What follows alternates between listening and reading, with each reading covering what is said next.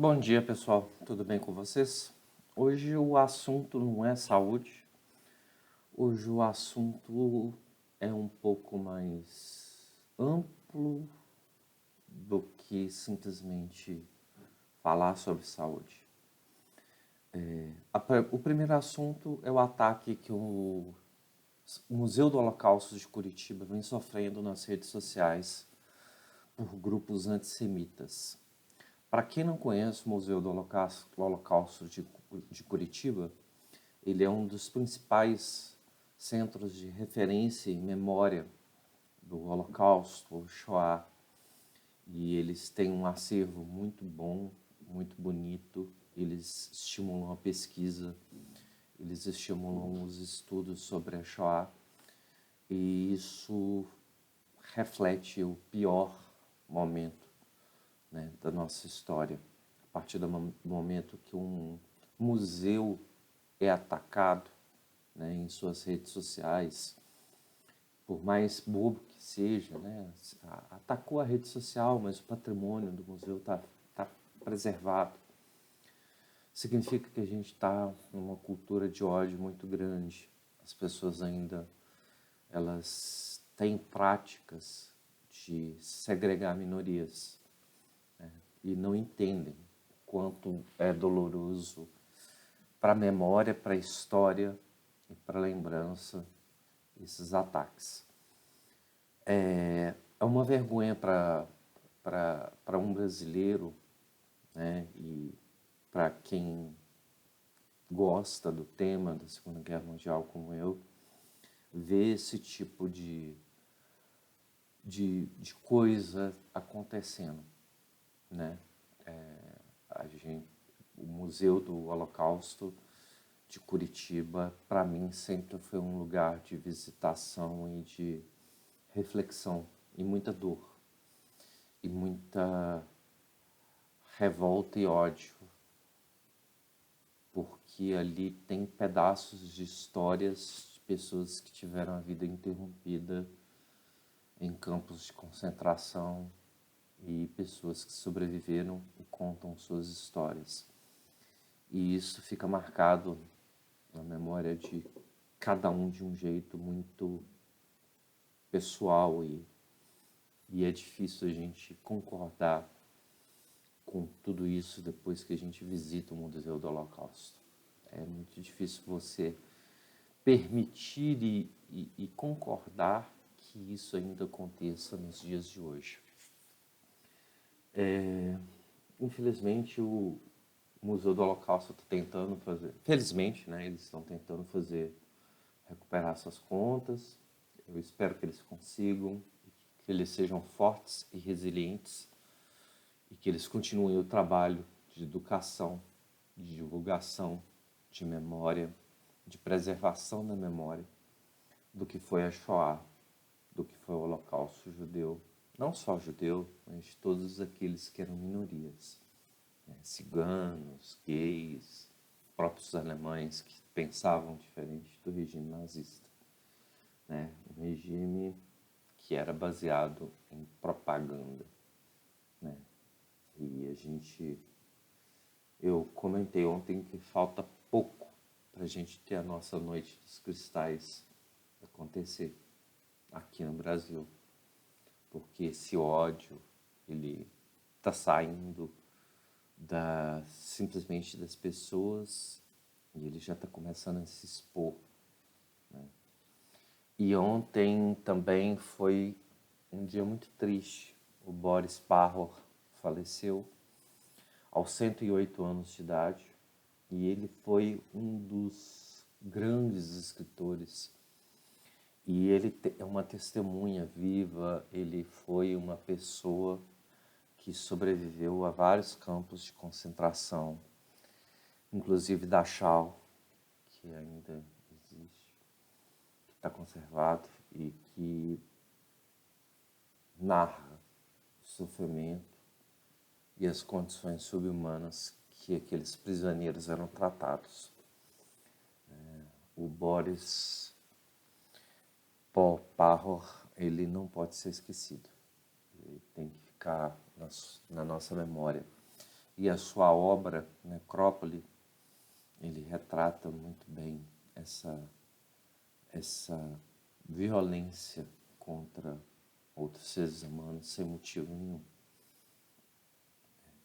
Você condenar uma pessoa ao extermínio simplesmente porque ela pensa diferente de você ou que ela tem uma visão religiosa ou processa outra fé ou outra cultura, né? O que for.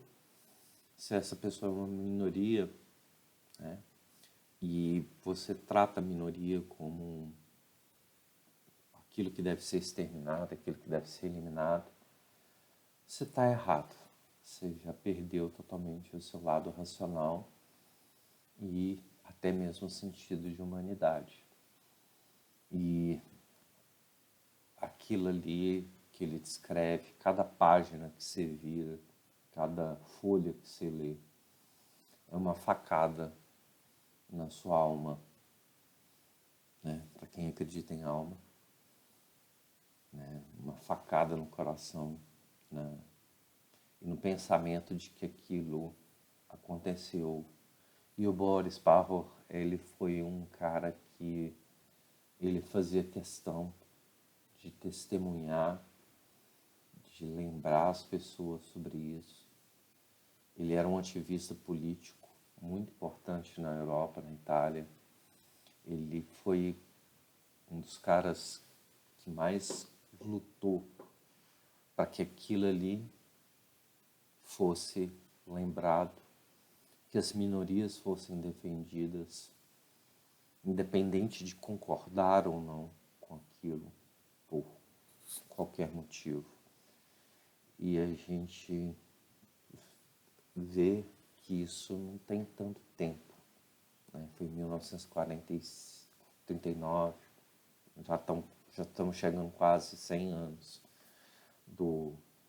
da Segunda Guerra, né? Do fim da Segunda Guerra, e a gente ainda alimenta e retroalimenta essa máquina de ódio, essa máquina de exclusão das minorias. A gente ainda retroalimenta uma visão errada da sociedade. A gente retroalimenta o ódio ao desconhecido. E a gente nunca dá espaço para que aquilo ali seja entendido, estudado, compreendido, acolhido. A gente sempre acha que o nosso pensamento ocidental ou o pensamento oriental, ele sobrepõe a qualquer outra forma de raciocínio, né? E nos causa estranheza. Então a gente tem ainda um longuíssimo caminho para percorrer. E o Boris Pavor, ele cutucava todos os dias, enquanto ele era vivo, sobre essas lembranças, sobre a necessidade de falar isso, para que não acontecesse novamente. E a gente perdeu também o Milton Santos, que era um ator negro, um ativista político, um ator fora da curva,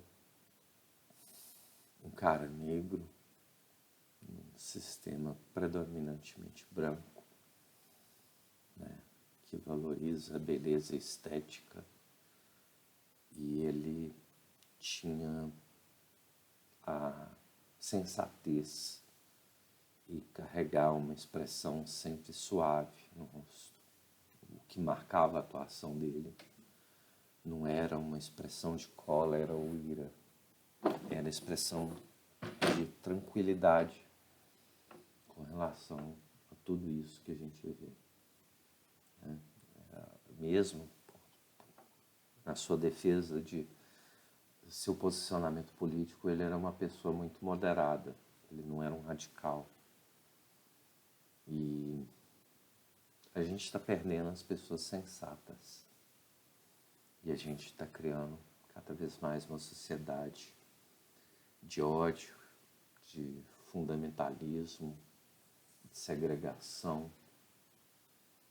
E a gente não consegue entender mais o discurso, porque hoje em dia, né, é a sociedade de espetáculo.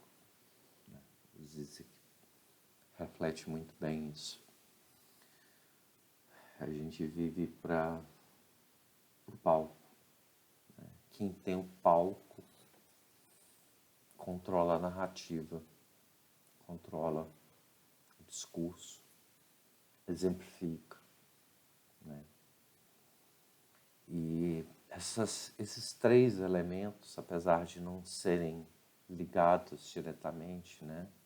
O Museu do Holocausto de Curitiba, a morte de Boris Karloff e o Milton Campos,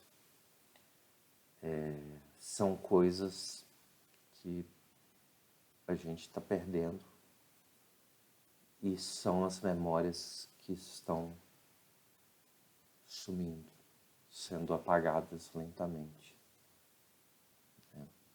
Por mais que a obra fique, por mais que a gente tenha memoriais, por mais que a gente tenha marcos temporais sobre isso, o fascismo, o antissemitismo, o ódio, eles estão cada vez mais carregados na nossa sociedade, cada vez mais saindo da escuridão que eles estavam, porque eles hoje em dia eles se sentem representados, né? Seja por um massacre numa escola nos Estados Unidos, seja pelo ataque virtual a um museu, são todos fenômenos do ódio que está saindo das trevas, né? Dos buracos da internet onde ele nasceu. E isso deixa a gente muito triste e desconsolado. Né? Nós vemos hoje em dia que a gente ainda continua errando, a gente continua fazendo coisas, mesmo tendo registros históricos que comprovem o quão errado isso foi, a gente ainda tem que bater nessa tecla, né? Para que nunca mais aconteça. Ao Parro e ao Milton Campos, descansem. Né? Vocês fizeram um trabalho brilhante e a memória de vocês sempre vai ser honrada com uma das principais coisas na cultura, né? E na memória do Holocausto e da história da negritude no Brasil, né? Da representatividade negra no Brasil. E ao Museu do Holocausto, minha solidariedade, meu sentimento de indignação e o meu apoio, porque isso não está certo. Você propagar o ódio com alguém que busca preservar a memória é você tentar passar uma borracha em cima de algo que aconteceu, é fato, é realidade. E você desmereceu uma determinada população, um culto, fé, religião ou prática, porque você não concorda com aquilo, é sinônimo de que você realmente não aprendeu que a gente é humano, que a gente falha e que a gente tem nossas liberdades, nossas crenças, nossos valores e que o exercício desse direito, né, a nossa liberdade, nossas crenças, nossos valores, ele não combina com o discurso de ódio, com o discurso de segregação, com o discurso de extermínio de minorias. Né? É um dia triste para a história.